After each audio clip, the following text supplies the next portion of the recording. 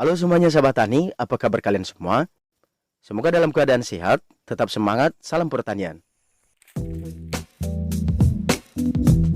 Baiklah teman-teman petani pinang, kali ini saya akan memberitahu bagaimana cara memupuk pinang dengan cara menanam atau memenamkan ke dalam tanah. Dan inilah salah satu jenis pupuk yang kita gunakan, pupuk NPK 16-16-16 merek Mutiara dan merek Tabon.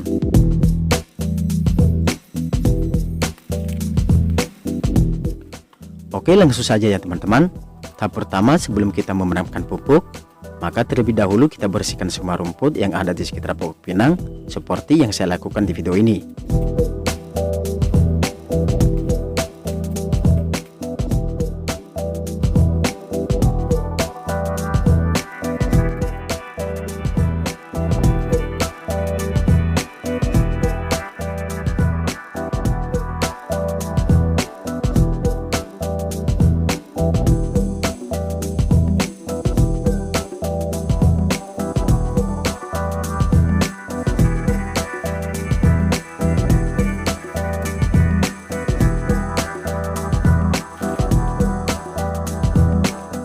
Nah, tahap yang kedua, saatnya kita mencangkul di sekitar pokok pinang membentuk lingkaran dengan ukuran jarak 30-50 cm antara pohon pinang dengan lingkaran, dan kedalaman kita buat sekitar 5-10 cm ke dalam tanah.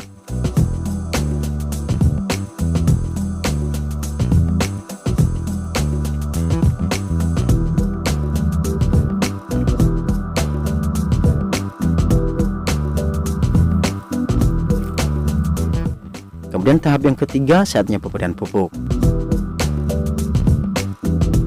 Takaran pupuk yang kita berikan sekitar 2 sendok makan. Dan kita taburi merata di sekitar pokok pinang atau pada lingkaran yang kita buat tadi.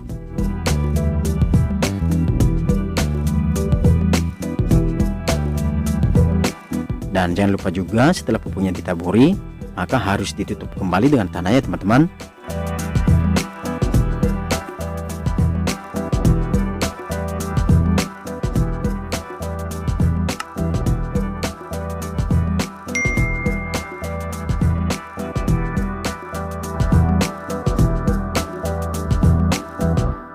Oke, tahap yang terakhir yang kita lakukan adalah penutupan dengan tanah,